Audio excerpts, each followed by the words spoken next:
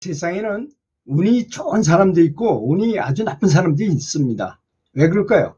마음의 상태 때문에 그렇게 변하는 거죠. 원래는 다 똑같은데도 불구하고 이제 만약에 어떤 사람이 나쁜 짓을 해가지고 성공을 했어요. 돈을 많이 벌거나 뭐 바라는 바 하여튼 뭔가를 이뤘어요.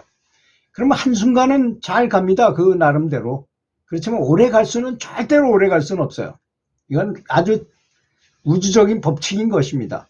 그래서 우리가 볼 때 뭐 아주 잘 나가는 것 같고 대단한 것 같지만 사필 규정입니다. 완전히 완벽하게 이걸 믿어야 된다는 것입니다. 그래야만 운이 좋은 사람이 될 수 있습니다. 이게 왜 그러냐면 인과의 법칙에 의해서 그런 것입니다. 인과의 법칙이라는 것.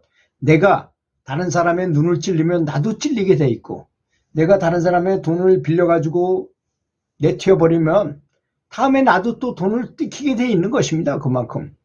그런 거 참 우리나라 최초의 소설인 구운몽에 보면 그런 말이 많이 나오잖아요.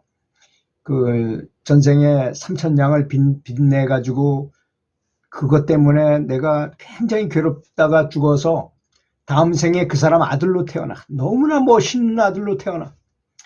그래서 이 3,000냥 좀 갖다 줘라. 그래서 그 말을 타고 가다가 그냥 뚝 떨어져가지고 죽어버려요.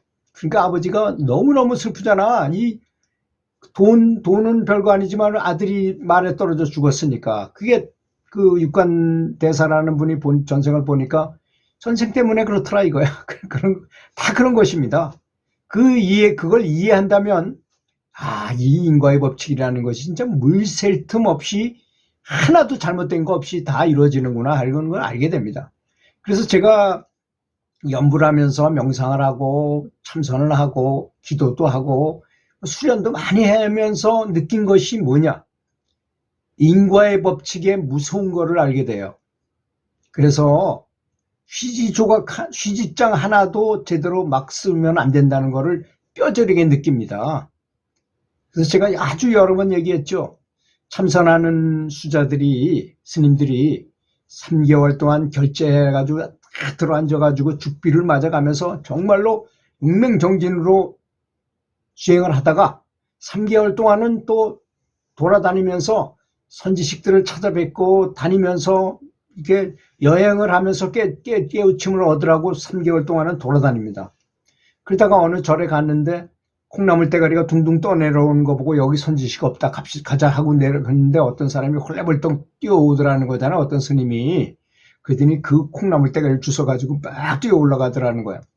그걸 보고 여기 정말 선지식이 계시다. 그래서 올라갔다고 말하는데 그 말은요. 우리가 그 말을 들으면 아주 사소한 듯 들릴 수 있어요. 그런데 거기에 있는 선지식이라는 분은 콩나물 대가리 하나라도 마음대로 허망하게 썼다가는 그만한 인과를 갚아야 된다는 걸 알기 때문에 그렇게 하는 것입니다. 그러니 하물며 콩나물 대가리 하나도 아끼는 그런 마음을 가진 분들이 사람의 생명을 죽이긴다거나 다른 사람을 해를 끼치거나 다른 사람한테 사기를 치거나 나쁜 말을 하거나 할 리가 있겠습니까? 그렇지 않습니까? 우리는 이런 것 내로남불이에요. 내가 하면 로맨스고 남이 하면 불륜이라고 그런 것처럼 다른 사람의 잘못은 아주 정말 너무 잘 보여. 근데 자기 잘못은 설렁설렁 넘어가. 그래서 나는 그게 바뀌어야 되잖아요. 내 잘못은 엄격하게 스스로를 다스리고 다른 사람의 잘못은 자비롭게 관용을 베풀고 용서하는 겁니다. 이렇게 살아야 되는 게 정상인 것입니다. 그래서 다툼을 많이 하거나 50년 동안 변호사를 한 74세에 일본에 있는 변호사가 50년 동안 변호사를 하면서 느낀 점을 책으로 썼어요.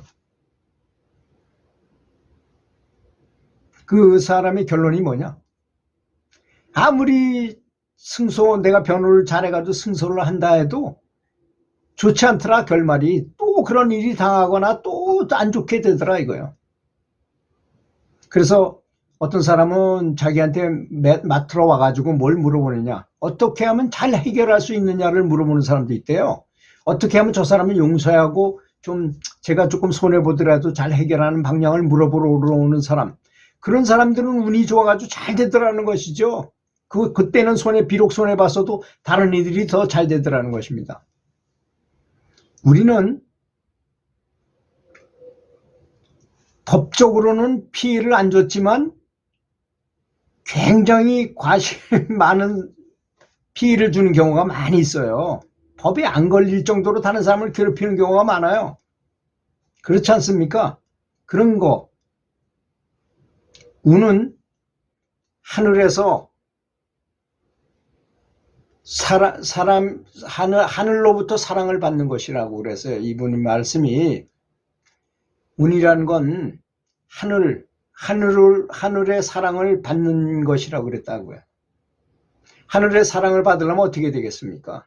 좋은 생각을 하고 좋은 행동을 하고 좋은 말로 칭찬하고 배려하고 겸손하고. 어떤 사람이 이런 경우가 있어요. 자기가 맏며느리야. 시어머니를 모시고 있어. 동생들이 많아. 그 며느리들이 오면 너무너무 생색을 내는 거야. 근데 이제 그 시어머니가 돌아가셔가지고 재산 분할을 하는데 그 큰 며느리가 다 차지하려고 그러니까 쌍수를 들어서 반대하는 거야. 그 사람 돈 때문에 그런 게 아니었었어요. 내가 시어머니를 모셨으니까 너네 꼼짝 마라 하면서 얼마나 생색을 냈는지 너무 화가 나가지고 만약에 겸손하게 모셨으면 정말 아유 큰형님께서 많이 재산을 많이 가지셔야죠. 당연히 어머니도 모시고 했으니까 이렇게 했을지도 몰라요. 너무 생색을 내다 보니까 모든 형제들이 다 반대하고 빨딱 자빠져가지고 오히려 똑같이 나누는 것밖에는 더 받지를 못했다 그래요. 그렇게 많이 모셨음에도 불구하고 그 사람들이 겸손하게 말했거나 겸손하게 했더라면 아마 그렇게는 안 했을 거라고 그렇게 말을 해요. 그 형제들도 그렇게 말을 했다 그래요. 그래서 그런 사례가 있는 것입니다. 운 좋은 사람들은 남을 돕는다는 것이 내가 남을 도우면 하늘은 그 사람을 돕는 것입니다. 그런데 만약에 우리가 이제 여기서 연부를 한번 생각해 보자고요. 내가 운이 좋든 나쁘든 간에 연부를 했다는 걸 한번 생각해 봅시다. 연부는 이런 걸 더 초월해요. 그죠? 그거보다는 훨씬 더 수가 높은 수행법이에요. 그죠? 마음씀이고, 연부는 마음씀이 부처님께서 이제 법장이라는 스님이 있었는데 그 스님이 원을 세웁니다. 무려 48가지나 되는 원을 세워요. 그래가지고 그 원이 이루어지지 않으면 내가 성불을 하지 않겠다. 너무나 열심히 수행을 하는 사람인데도 불구하고 이런 소원을 만들었습니다. 48가지나. 여러분들 잘 알고 계시는 법장비구의 48대원이죠. 그래서 이제 그 공덕으로 인해서 이 양반이 극락세계를 다스리는 부처님이 되신 거예요. 그러니까 우리가 아무것도 모른다 하더라도 나미아불타불을 부르게 되면 나미아불타불이 가지고 계신 그 공덕, 그분이 쌓았던 정말 상상을 초월한 그 공덕이 그대로 그 사람한테 전해 내려오게 되어 있는 것입니다. 이게 참 미묘한 다운로드거든요. 저 파일에서 큰 파일에서 작은 파일로 다운로드. 우리가 이제 빈 파일을 갖다 놓고 좋은 프로그램을 다운받잖아요. 그거하고 똑같은 것입니다. 그러니까 얼마나 이 연불의 효과가 대단할까요? 대단한 것이 연불이라는 것입니다. 이 세속 사람들이 이렇게 인과의 법칙에 의해서 사는 것도 좋은 일을 하고 좋은 생각을 하면 운이 좋아지고 성공하고 행복해진다는데 그보다 훨씬 더 대단한 공덕을 가진 여기 법장 비구님의 48발언을 보면요. 지옥 악의 축생에 사막도가 있다면 저는 차라리 부처가 되지 않겠다 그랬어요. 모든 사람을 다 성불하도록 하였으면 좋겠다는 거잖아요. 또 제가 부처가 될 적에 그 나라의 중생들이 수명을 다한 뒤에 다시 사막도에 다시 떨어지면 부처가 되지 않겠다.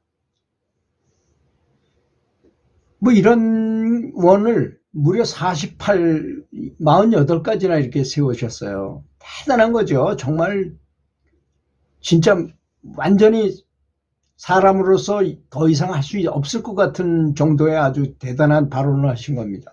그런 걸 소원을 걸고 기도하고 염불하고 하셔가지고 부처님이 되신 거예요. 그러니까 우리가 만약에 부처님 성함만 명호만 계속 부른다 하더라도 그런 그분의 쌓은 공덕이 우리한테로 다 내려오는 거죠. 내 아버지가 큰 그룹의 회장이면 내가 공부를 열심히 해가지고 그만한 자격을 갖추게 되면 그 아버지의 회장직위가 나한테 내려올 수 있게 되잖아요. 물론 확실히 그런 건 아니지만 내가 자격을 갖췄다면 같은 값이면 아마 아들이 좀 유리하지 않겠어요? 뭐 요즘은 자식한테 이렇게 뭐 회사를 물려주고 하는 것이 좀 사회적 지탄에 되기도 하겠지만 다른 사람이 생각해봐도 이 사람이 자격을 충분히 갖추고 그만한 능력이 있다 하면 같은 값이면 그 아들한테 갈 가능성이 아주 높잖아요. 그렇게 되는 거나 마찬가지라는 얘기였습니다. 들어주셔서 감사합니다.